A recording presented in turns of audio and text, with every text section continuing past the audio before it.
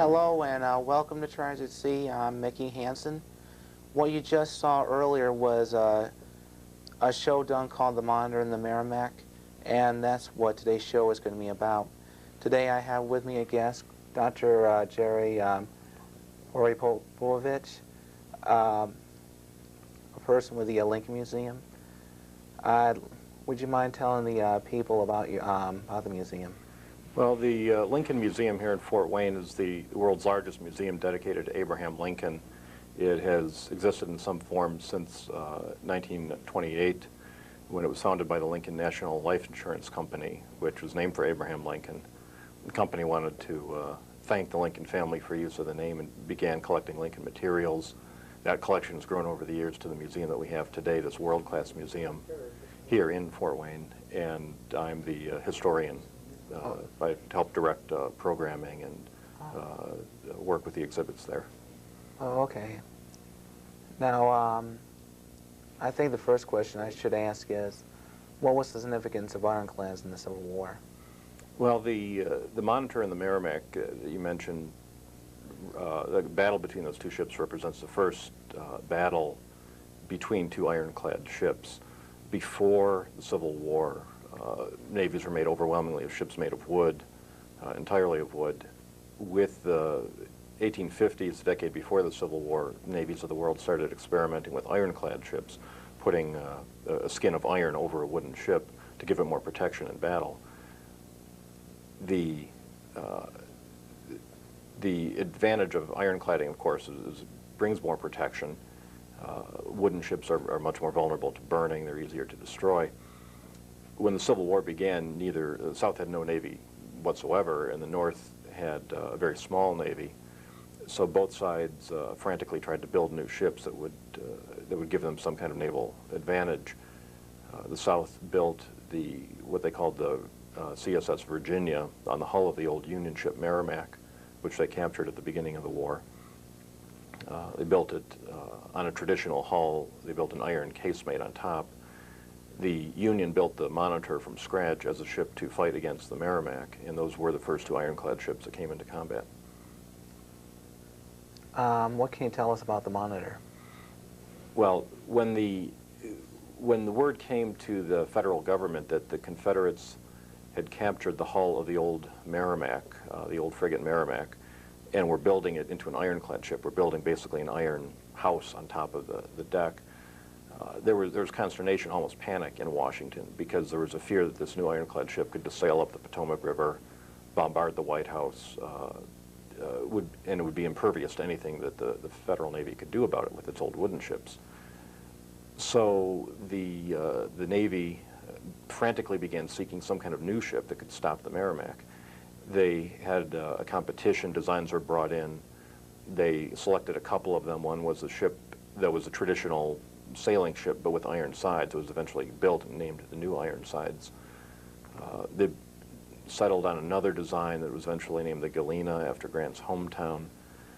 But neither of these was possibly going to be built in time to stop the Merrimac from sailing up the river from its home in Virginia and attacking Washington.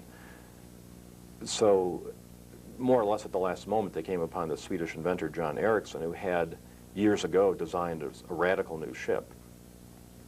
And they put out a contract to Ericsson to build this new ship within 90 days, a remarkably short time to build any kind of vessel. This vessel was Ericsson's Monitor. It was totally different from any other fighting vessel of the 19th century to that point. It did not have a long gun deck with rows of cannon. It had a single turret with two cannon. It was very low to the water. It was fully armored. It had an iron turret. It had iron skirt hanging over the sides, going under the water to protect it from shells that would go through the water line. And by frantic effort, they got the ship built within the 90 days, sailed it down to Virginia, and got there just as the Merrimac was emerging to do its first battle. So, what was the Merrimac doing? Well, the Merrimac was part of the Confederate forces in Virginia near the end of the Chesapeake Bay, where Norfolk, Virginia is. The Union was blockading the South. Right at the start of the war, President Lincoln had declared a blockade. The blockade was a legal maneuver that said no ships could come in or out of the South, and it was designed to starve the South economically, prevent it from using its cotton as a diplomatic tool to sell abroad, to buy weapons and medicines, and to gain diplomatic recognition. With the blockade, the South was cut off from the rest of the world. So Southern ships could not go in or out of the Virginia ports. The purpose of the Merrimac was to sail out, destroy the Federal ships that were blockading the port, and open the port to Southern commerce. In early 1862, the Merrimac sailed down the James River and out into the Chesapeake Bay toward the Federal blockading squadron and began attacking these Union ships. And that was the beginning of what would become the battle between the Merrimac and the Monitor. Have you read too much about what was involved with manning these ships? Well, it was both ships were unique vessels, so it was difficult to find crews. The South, in particular, had a hard time finding crews for any of their ships. They did not have as large a naval population as the North. But for the Monitor, it was also difficult to find a crew because this was such an unusual vessel. It had no sails, for example. The Navy contract to build the Monitor called for a full set of rigging. There was supposed to be an elaborate set of masts and sails built on the Monitor so it could sail under wind power as well as steam. The Navy put that in all their contracts, so they put that in the Monitor contract, but you know what the Monitor looks like, the flat deck with a round turret. There's no place to put sails on it. Erickson just ignored that part of the contract. This was such an unusual vessel that no one knew how to sail it or what kind of crew members you needed. I heard some critics thought when it was launched it was going to sink right then and there. Absolutely. There was much concern about the stability of the Monitor. Erickson himself had submitted designs to the Navy in the past that had been challenged on the grounds of their stability. He had an unfortunate incident in the 1840s where he had designed a new cannon. Another fellow, I think named Stockton, had also designed a new cannon. These were installed on a ship called the Princeton, and at a test firing of the cannon, Stockton's cannon was tested. He had not built it as properly as Erickson had done his. Stockton's gun blew up. It killed a cabinet officer, a state senator from New York, whose daughter went on to marry President Tyler after that incident. It was a devastating political fiasco for this gun to blow up and kill all these politicians. And Erickson, although his gun didn't blow up, was associated with the blame for that, and the Navy considered him suspect. So when he came up with this plan for this radical new design, there was much concern that this man who was seen as a crazy foreign inventor had come up with a design that would not be stable. Now, there was some justification to this, because when the Monitor sailed from the north down to Hampton Roads to fight the Merrimac, it proved a very barely seaworthy ship. It barely made it down the coast. It took a couple days to sail, and it was so low to the water, had barely a foot of freeboard, that the waves would wash over the deck, go down into the air intakes, and threaten to put out the boiler fires. The pump that was supposed to supply fresh air to the ship failed under the water coming in, and the ship began filling up with the poisonous gases from the engine. It was a very dangerous trip. It was not a ship anybody would want to sail on. Well, was the Merrimac much better in terms of seaworthiness? No, the Merrimac was not a very good ocean-going vessel, certainly. It was not intended really to be one. When they built an iron casemate on top of this wooden hull, this was much more weight than the designers of the original Merrimac hull had ever intended to put on it.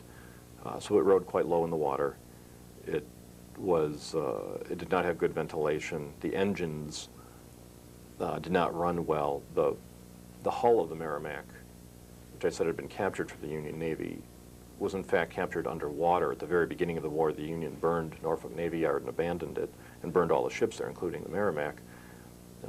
So when the Confederates moved into Norfolk, they raised the hull from underwater, and it had the engines in it.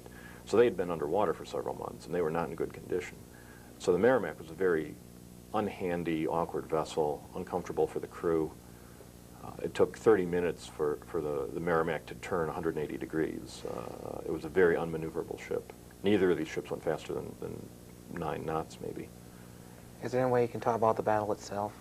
Sure. What happened when the Merrimac came out to fight was that it attacked the Union blockading squadron, the wood vessels that were there. The USS Congress, who else was out there? The USS Cumberland were 2 wooden vessels, 2 of the best frigates in the Federal Navy. And the Merrimac just sailed up and fired at them with impunity. These 2 sailing ships fired back, and their cannonballs just bounced off the Merrimac. While the Merrimac set these ships on fire, it fired red-hot shot where they would take the cannonballs, heat them in the ship's fires, and then shoot them, so that when they hit the wooden ship, they would eventually set it on fire. The Merrimac rammed one of these ships as well. I've forgotten which one.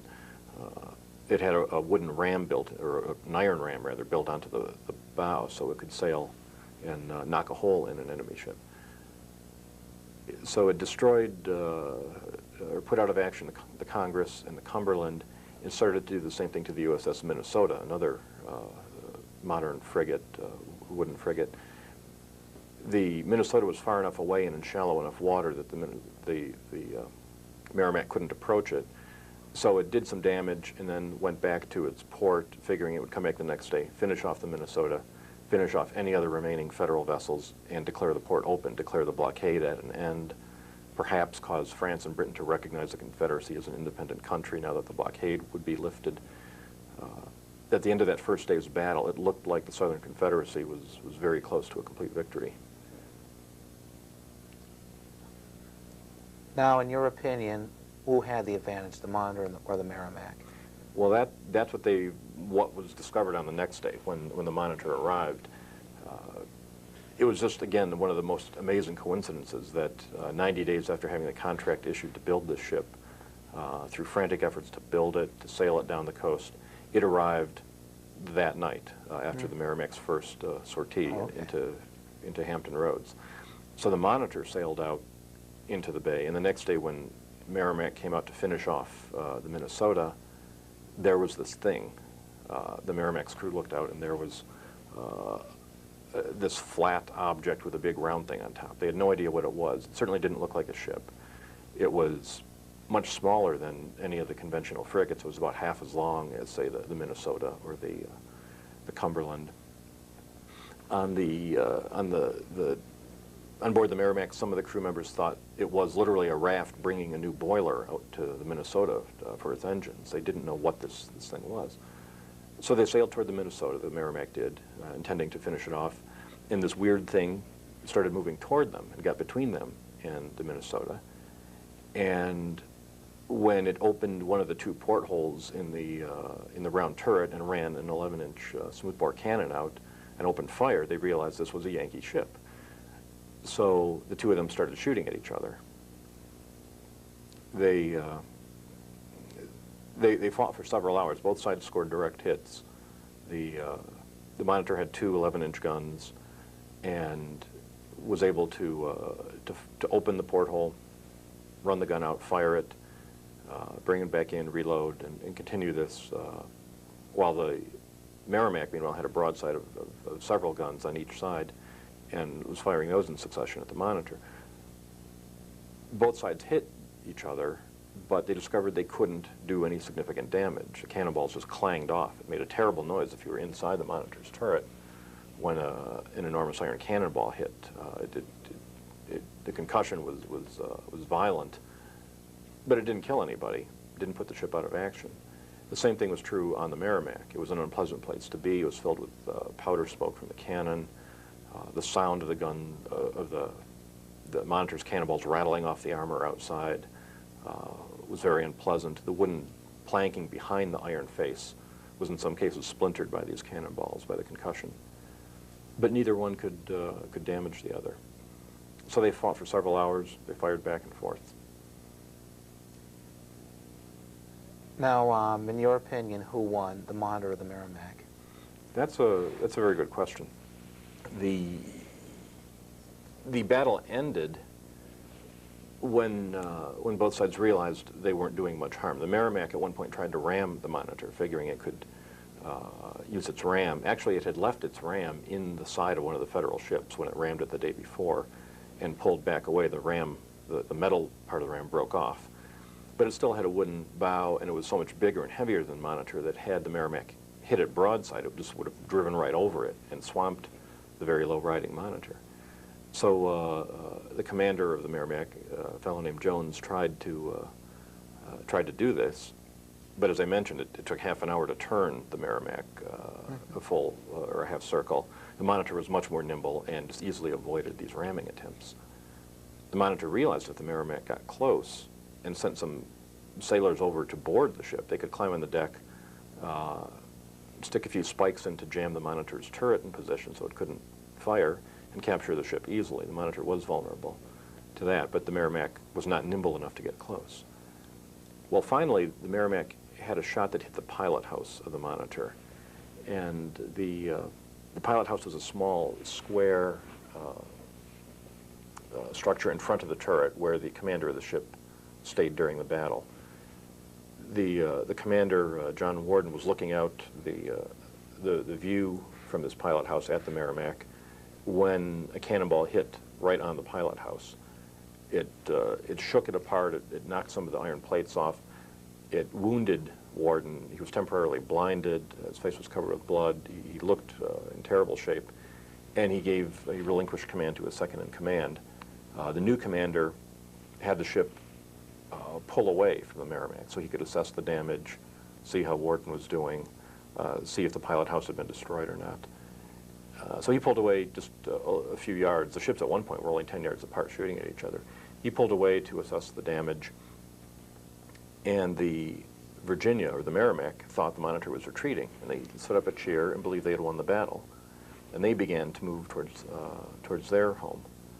On the Monitor, the sailors saw the Virginia, or the Merrimac, starting to go back, and they thought that the Virginia was retreating, or the Merrimac was retreating, so they set up a cheer and thought they had won the battle. And that brought the battle to an end. Both sides pulled away from each other. Neither side had suffered any fatalities in the battle.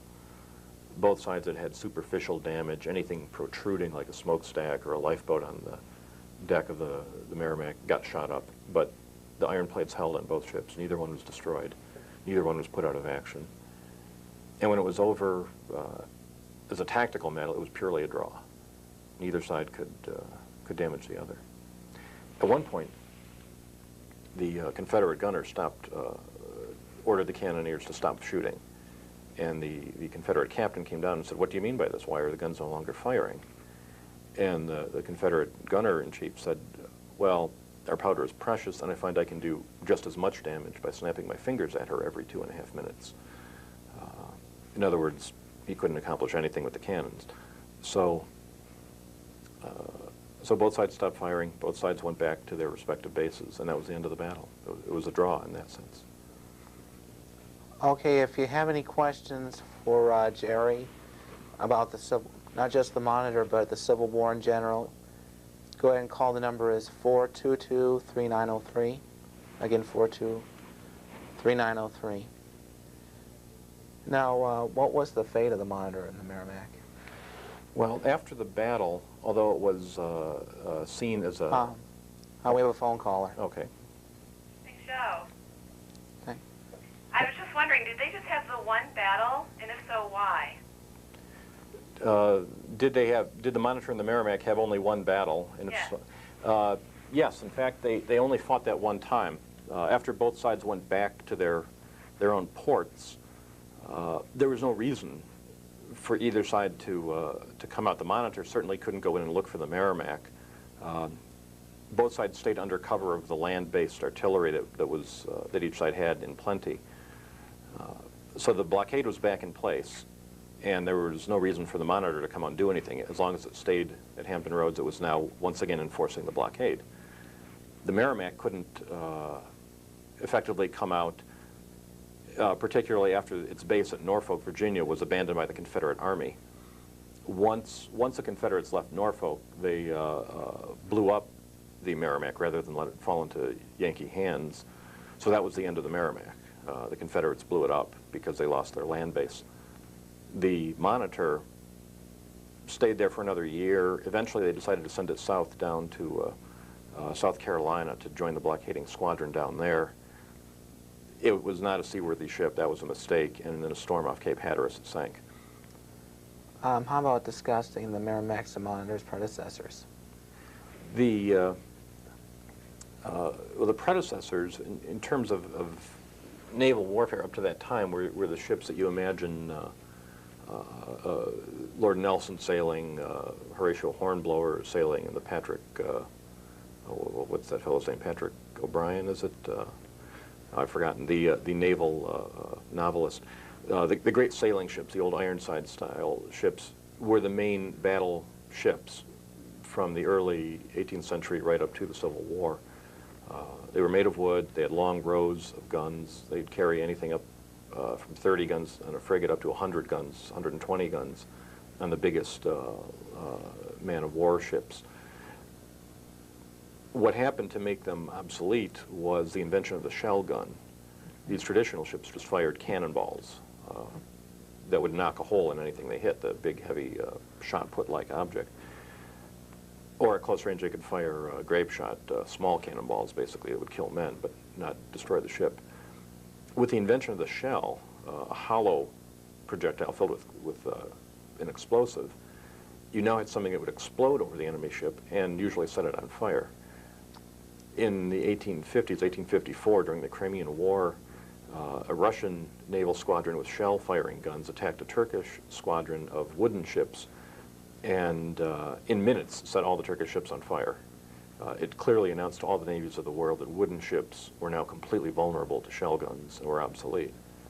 So when the Civil War began, both sides, and not just the Union Confederacy, but France, Britain, Russia, all the naval powers of the world, were trying to figure out what the next generation of warships would look like, because the old, stately, tall-masted man-of-war was clearly obsolete. The wooden ship was obsolete.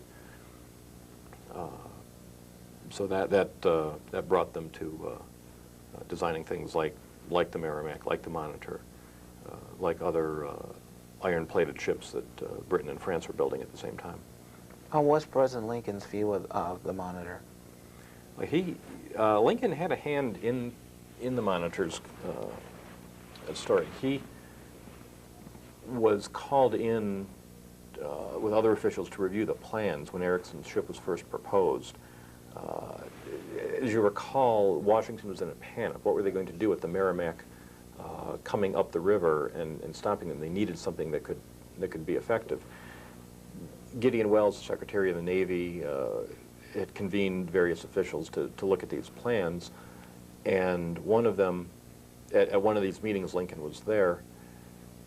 His comment, supposedly, when he was shown the plans of this odd, remarkable new thing, was to say that it reminded him of the Western girl putting her foot in a stocking. She said, "It strikes me there's something in it."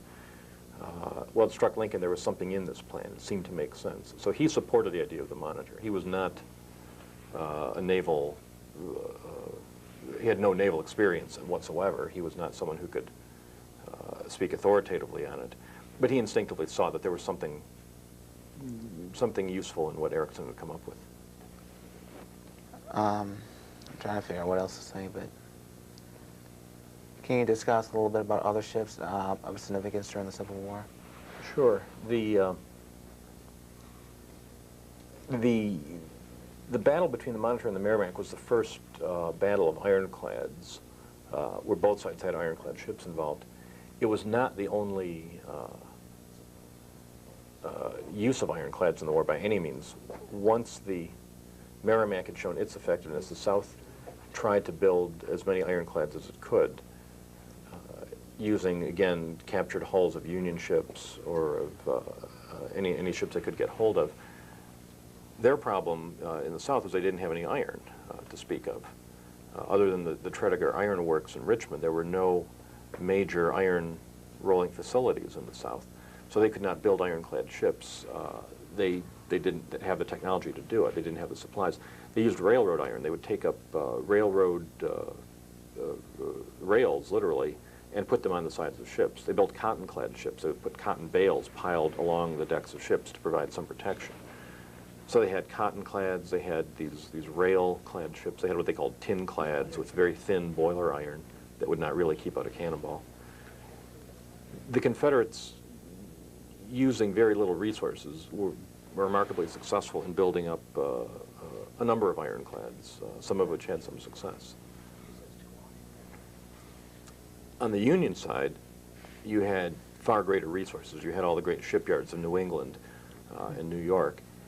And after the success of the Monitor, the Navy immediately ordered 6 more just like it, which became known generically as Monitors after the name of the first ship. So the Union began building dozens of Monitors by the end of the war. Some of them looked just like the original. Some had 2 turrets. They even tried some with 3 turrets. These were not always successful. They built a large Monitor fleet to help carry out the blockade. These Monitors were limited in their usefulness by their poor seagoing capabilities, just as the Monitor itself sank at sea. But they were not useless. They were very helpful ships. In 1863, there was a plan.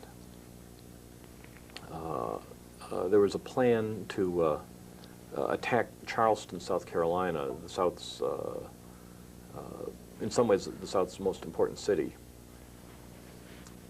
with a fleet of Union Monitors. The idea was that these Monitors would sail into the harbor, which was guarded by Fort Sumter, now in Confederate hands, and simply sail up to the city and begin bombarding it. There were many in the North who thought Monitors were invincible, having fought successfully against the Merrimac. And without recognizing the limitations on Monitors, the orders went through to send this Monitor fleet into Charleston Harbor by itself with no protection. The result was a fiasco. In April 1863, this Monitor fleet sailed in. The Confederate batteries that ringed the harbor and occupied Fort Sumter caused great damage on many of them, caused them to retreat without doing any significant harm. So the Union Monitor fleet there was not successful. One question I forgot to ask during the battle. Sure. Where did it take place? The battle between the Monitor and the Merrimac was in what's called Hampton Roads, Virginia, which is at the end of the Chesapeake Bay, where the James River empties into the Chesapeake. It's a very strategic location. From this spot, you can go up the James towards Richmond. You can go up the other side of the Virginia Peninsula, up the York River. You can go up the bay and up the Potomac River. So it's a critical point. Fort Monroe was held, it's at the tip of the Virginia Peninsula. That was held by the Union. That protrudes down from the top on our map. On the southern side was Norfolk and Newport News. This was the Confederate Virginia side. So this was a critical station for the Union blockade. And had the South won the battle here at the foot of the Chesapeake Bay, they would have broken the blockade in that part of the country. And they would have posed grave danger to the Union Army on the Virginia Peninsula, which depended on getting its supplies by sea. So it was a very strategic point. Exactly what were they blockading? Well, the idea of the Union blockade was to blockade the entire South, starting from Virginia down along the coast, the Carolinas, Florida, into the Gulf, all the way to Texas. If the Union blockade were effective, then nothing could go in or out of the South. The South could not get any new weapons. I mentioned they don't have, there were no iron rolling facilities. So if the South wanted new railroad iron, new cannon, new anything made of iron, they had to buy it from Britain. With the blockade in place, they can't get any of these things. So the South is forced to rely only on what it has. And what it has is cotton. The South imagined that its vast cotton supplies, its ability to supply the world with cotton, would force the rest of the world to side with the South when the war began, that Britain and France would demand that the Union recognized the South's independence so that cotton could once again be shipped overseas and continue to fuel the economies of these European countries. So the South wanted to send its cotton out, which it could sell as a valuable commodity, and bring in weapons and medicine and other things it couldn't make at home. With the blockade in place, none of these things can happen. On the issue of succession, have Constitution scholars ever settled the issue whether or not they can? No, Union soldiers settled the issue. When Jeff Davis was sent in flight from Richmond, the constitutional point became moot. The secession is not legal, and those who oppose it were defeated at a cost of 600,000 casualties, or those who supported it, rather. It's not. It was settled at Vicksburg and Gettysburg and many other places. There are those who will still attempt to dredge up constitutional arguments for and against it, but again, the point is moot. The government has spoken that those who try it will be suppressed. How about talking a little bit about President Jefferson Davis? Well, perhaps I'm prejudiced working at the Lincoln Museum rather than the Davis Museum. But Davis was tying into the Monitor and the Merrimac. Davis did not have as much of a hand in naval affairs as he did in military affairs. Davis was a West Pointer, a veteran of the Mexican War, imagined himself much more of a military leader than, say, Abraham Lincoln, and took some interest in the construction of ironclads. But his focus on these details did not make up for his lack of charisma, his lack of political magnetism, his inability to articulate his vision, all the things that Lincoln did that pulled the North together behind him. So who was responsible for the design of the Merrimac? That I don't recall the name of the naval architect who built the Merrimac.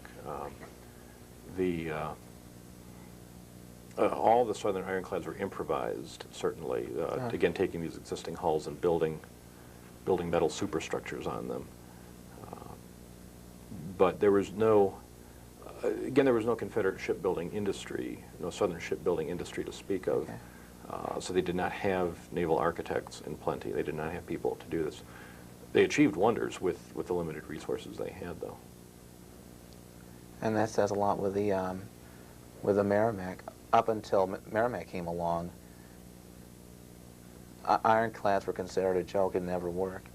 Well, there was much skepticism as to whether they would work. The obvious question was, doesn't an iron ship sink? This was assumed by a lot of people. Ironclads were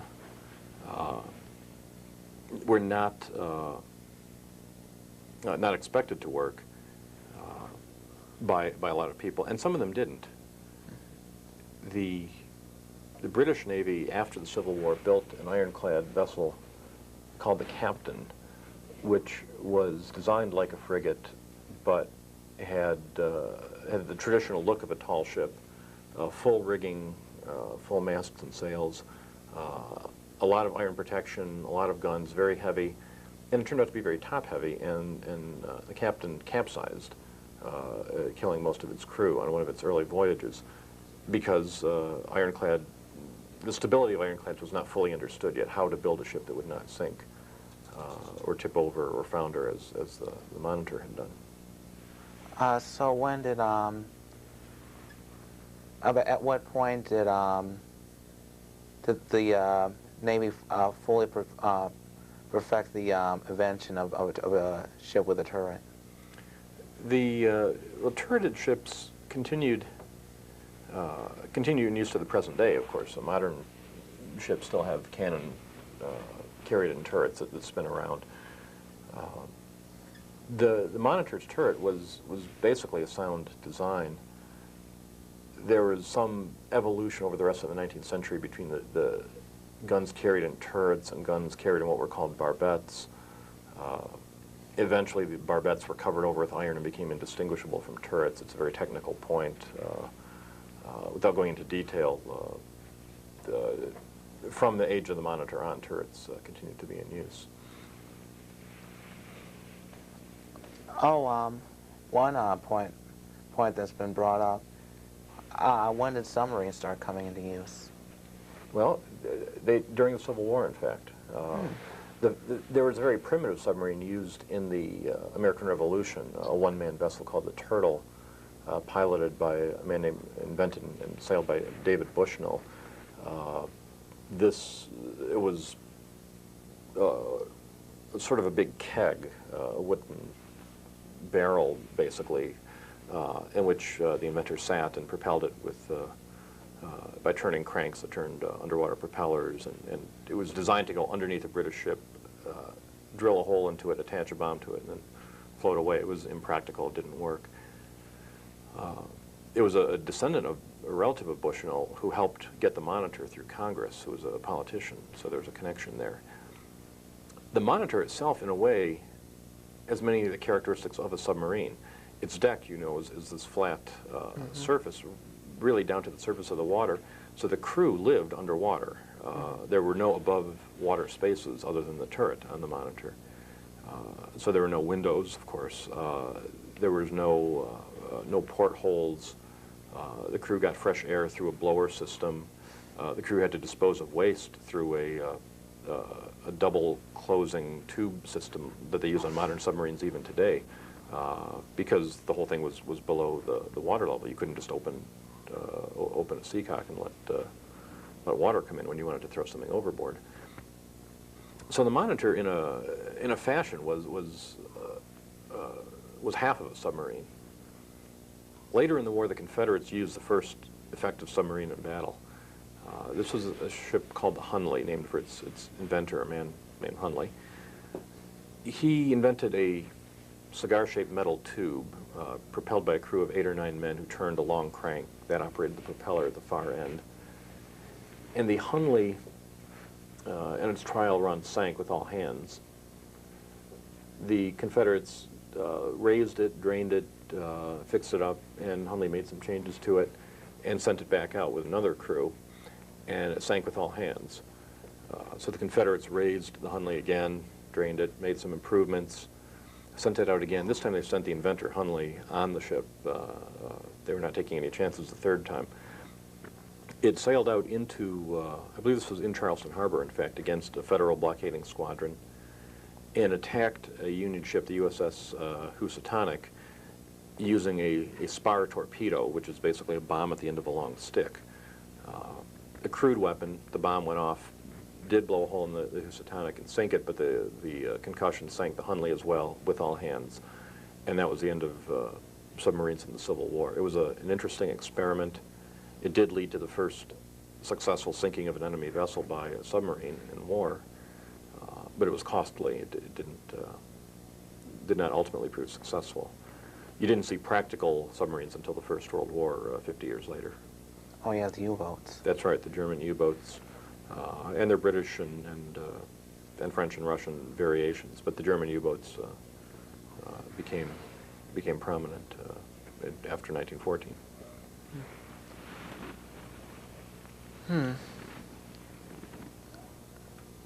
Since we still got about 10 minutes left, I thought you might like to talk a little bit about the museum itself. Sure.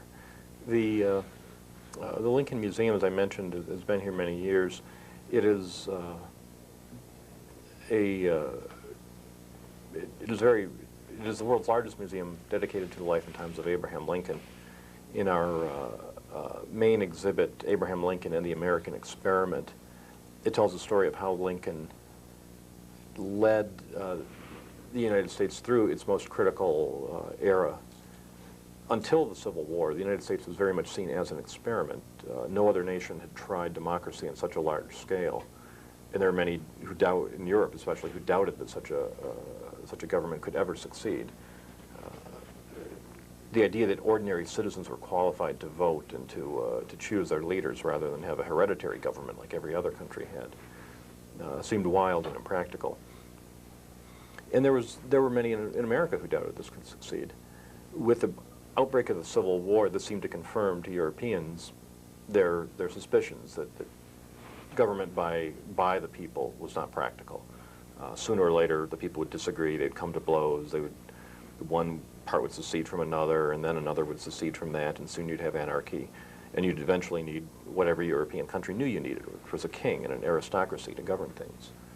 Well, Lincoln was one of those who believed that the American experiment could succeed, that the Founding Fathers had the right idea. And what we try to tell in our exhibit, Abraham Lincoln and the American Experiment, is how he grew up as a product of that experiment, how he rose from humble beginnings to become America's greatest national leader, and how in due time he was able to preserve the American experiment by winning the Civil War, and how he was even able to take the experiment a step further by ending the scourge of slavery, which of course excluded 10% of the populace from participating in the experiment in the first place. Was communication on ships available during the Civil War, or was it simply spoken? Communication was difficult in any fashion during the Civil War era. You had telegraph for rapid communication, but that's not available at sea, of course. Ships could communicate with signals, with flags, but that was fairly limited. For the most part, if you wanted to get a message to a ship, you had to send someone out in a smaller, faster ship to catch up and let them know. So it was difficult to communicate with a ship at sea. It was really impossible if the ship was out on the open sea. Even within these vessels, communication was difficult. The Monitor in particular had a problem with this because it had that pilot house on the deck in front of the turret where the captain was standing, and the executive officer standing inside the turret commanding the fire of the guns.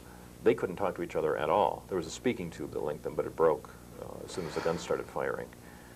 So there was no communication within the Monitor other than sending a sailor carrying a message, verbal or written message, down below decks through the belly of the ship, then back up into the pilot house or the turret to relay instructions. So communication was very difficult. Do you know when the Monitor was actually found? It was found, I think, in 1973.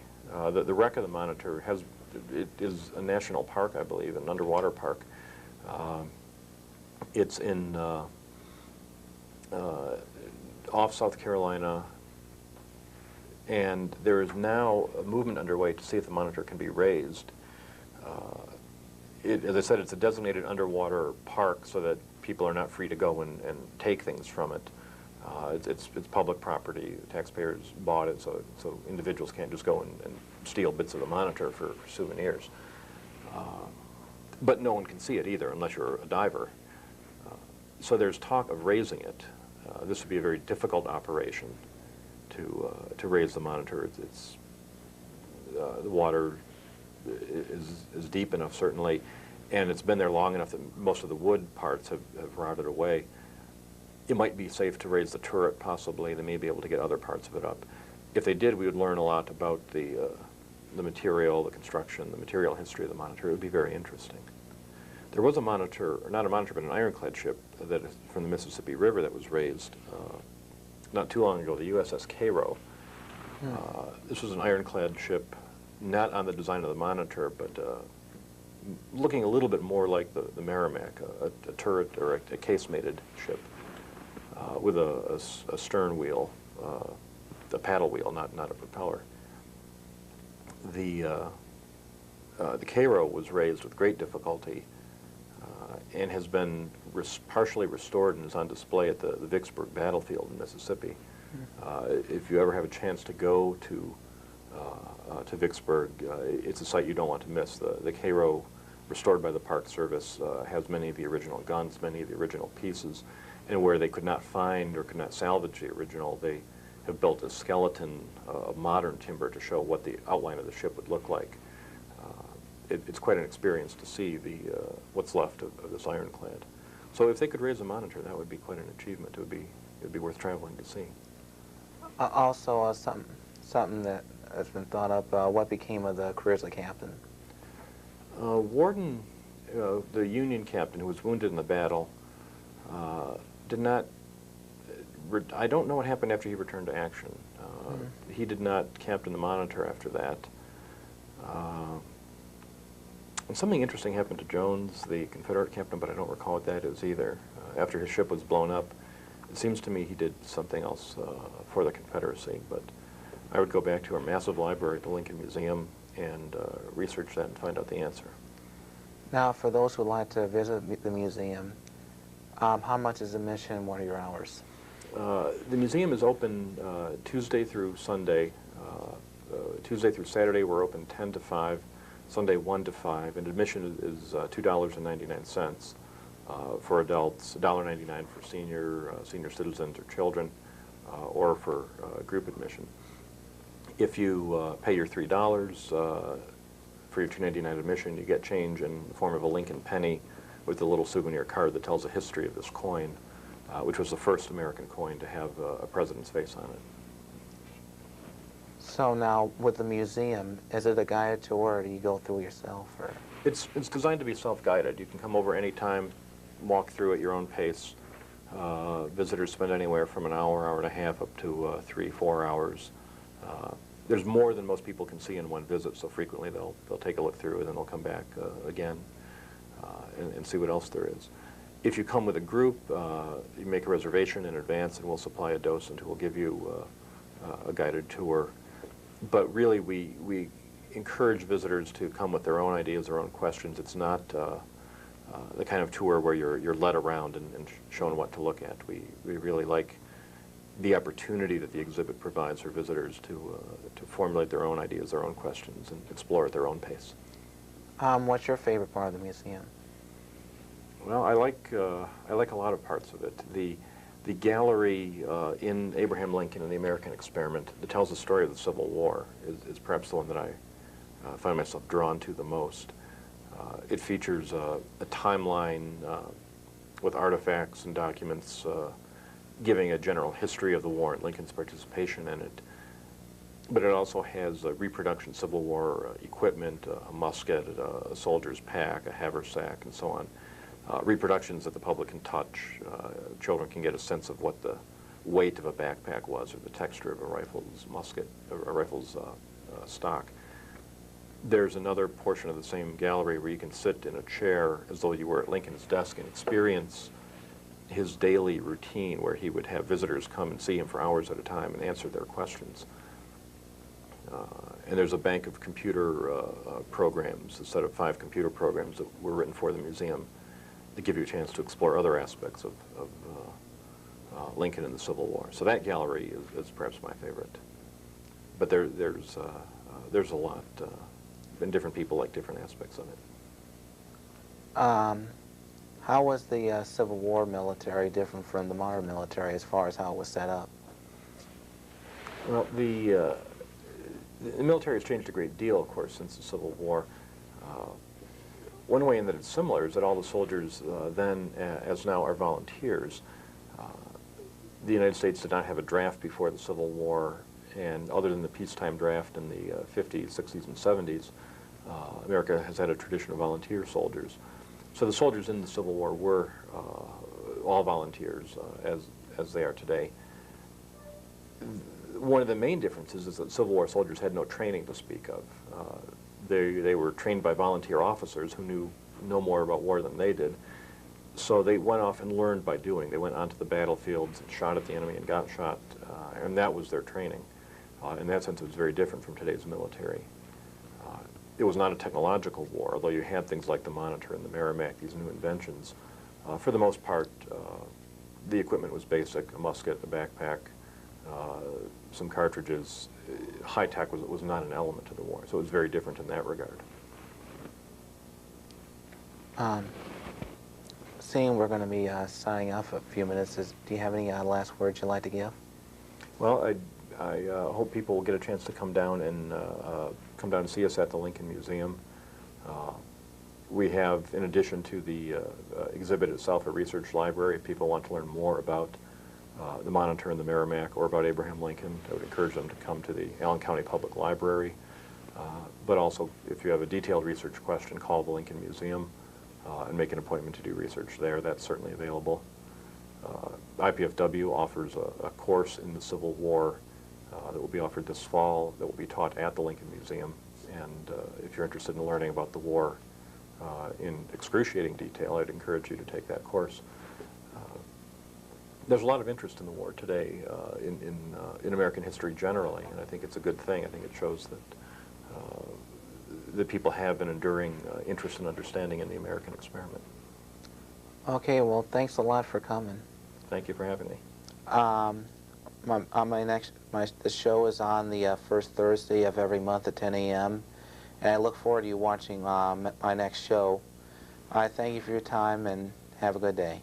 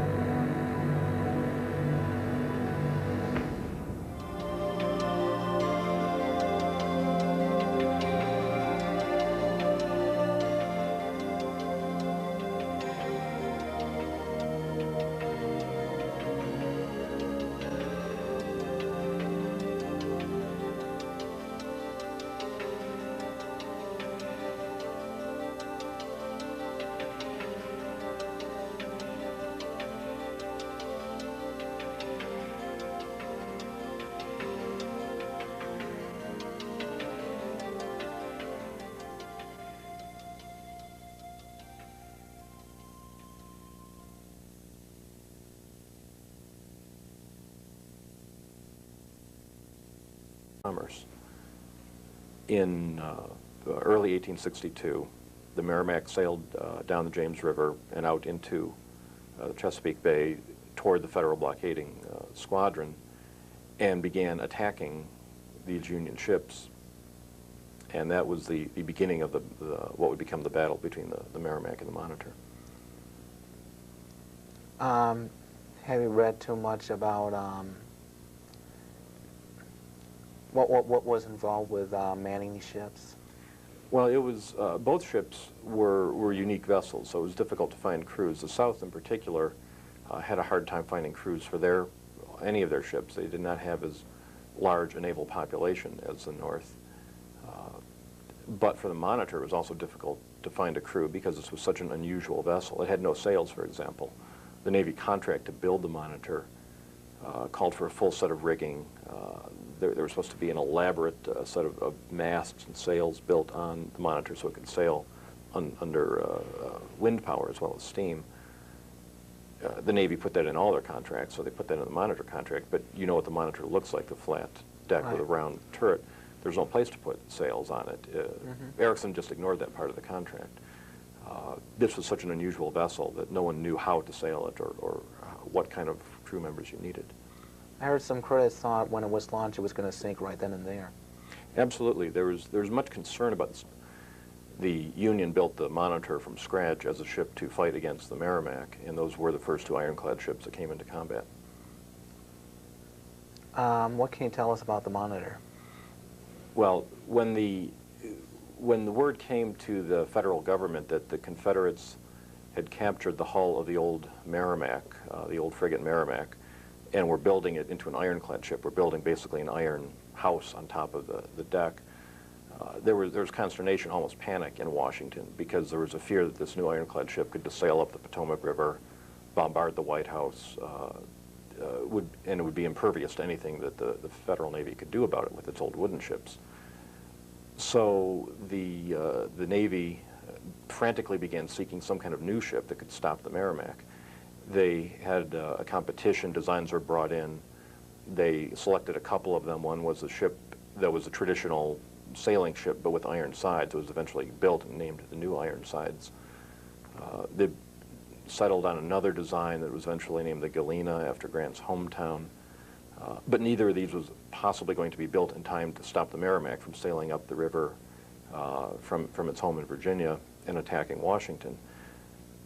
So more or less at the last moment, they came upon the Swedish inventor John Ericsson, who had years ago designed a radical new ship. And they put out a contract to Ericsson to build this new ship within 90 days, a remarkable.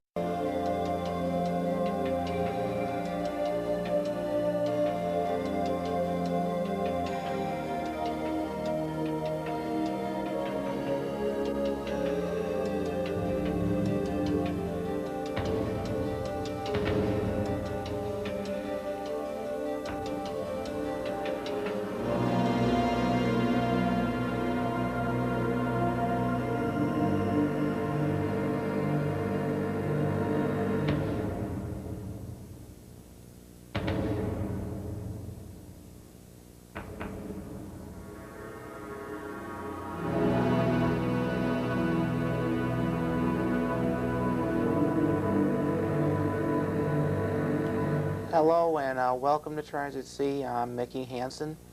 What you just saw earlier was a show done called The Monitor and the Merrimac, and that's what today's show is going to be about. Today I have with me a guest, Dr. Jerry Oripovich, a person with the Lincoln Museum.